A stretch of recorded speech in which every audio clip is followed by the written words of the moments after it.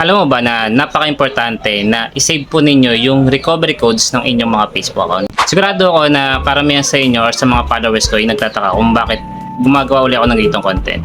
Ang dahil lang kasi niya mga boss, marami pa rin kasing nagtatanong sa comment section kung paano marirecover yung kanilang mga Facebook account. Kasi ang kadalasan nagiging dahilan kung bakit di nila na-open yung kanilang mga Facebook account ay wala na silang access sa email address and phone number na nilagay nila doon sa kanilang mga Facebook account.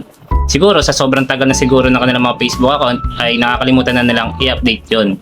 Na kapag nagpapalit sila ng email address kaya phone number ay hindi na nila nagagawang i-update din yung kanilang mga Facebook account or hindi na nila napapalitan. At meron din mga senaryo mga boss na nawawala yung kanilang mga cellphone. Siyempre kapag nawala nga po yung kanilang mga cellphone, kasama doon yung SIM card or yung phone number na nilagay nila doon sa kanilang mga Facebook account at yung email. Dahil yung email, yung iba hindi nila nagagawang transfer o kaya i-login sa ibang device yung kanilang mga email or kaya kanilang mga Google account. So kapag ganun yung senaryo ay wala rin silang makukuhang verification code para ma-login nila yung kanilang mga Facebook account. Dahil nga ang verification code ay sinesend lamang po yan sa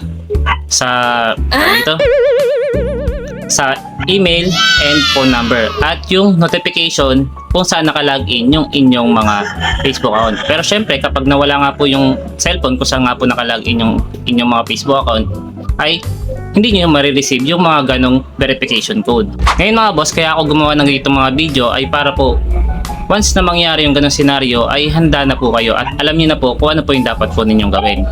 At kung hindi nyo pa po alam kung saan po makikita yung recovery code ng inyong mga Facebook account ay tuturo ko po sa inyo.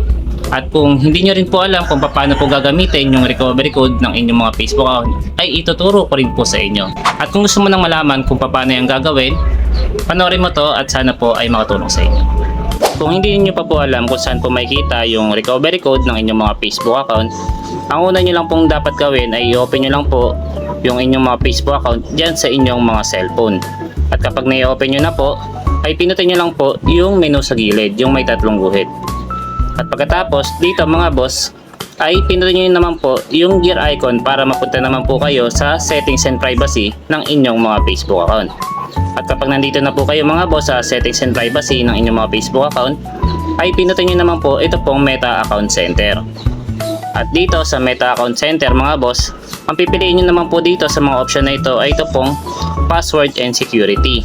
At dito mga boss sa Password and Security, ang pipiliin nyo naman po dito ay ito pong Two-Factor Authentication. Sunod ay pinutin nyo lang po yung inyong Facebook account. At dito ay enter nyo lang po yung inyong mga password. At kapag na-enter nyo na po yan, pinutin nyo lang po yung Continue. At kapag nandito na po kayo mga boss sa Two-Factor Authentication ng inyong mga Facebook account, ang sunod nyo naman pong pipinutin dito or pipiliin ay ito pong Additional Method. Pinutin nyo lang po yan.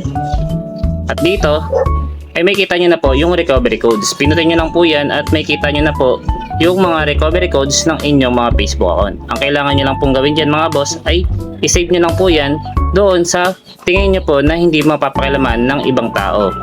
Para po hindi po nila ma-access yung inyong mga Facebook account kahit alam nila yung inyong mga password.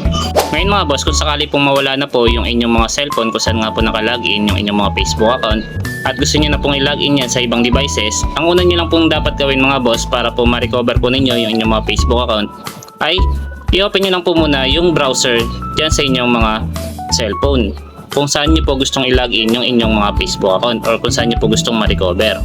So ako, for example, dito na lang po sa Google Chrome at pagkatapos enter nyo lang po ito pong facebook.com para po sa login.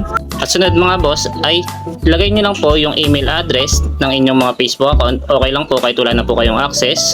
Basta hindi pa po yan napapalitan ay okay lang po yan. At sunod, dapat po kabisado nyo pa rin po yung password ng inyong mga Google account para po ma-access pa rin po natin or ma-recover nyo pa rin po yung inyong mga Facebook account. Ngayon, kapag nandito na po yan, at nilagay nyo na po yung email address at password, click nyo lang po yung login. At sunod mga boss, dito ay may mga option po dyan na pagpipilian. Ang kailangan nyo lang pong gawin dyan mga boss, dito sa mga option na ito ay ito pong enter your login codes. So yung login codes na yan mga boss ay pwede nyo pong gamitin dyan yung recovery codes po na pinasave ko po sa inyo. I-type nyo lang po dyan kung ano po yung recovery codes na nasave po ninyo. At kapag nailagay nyo na po mga boss yung recovery code ng inyong mga Facebook account, ay i-click nyo lang po yung submit sa ibaba. At pagkatapos mga boss, dito ay optional na lang po kung gusto nyo pong i-save yung login or hindi. At pagkatapos, click nyo lang po yung continue sa ibaba.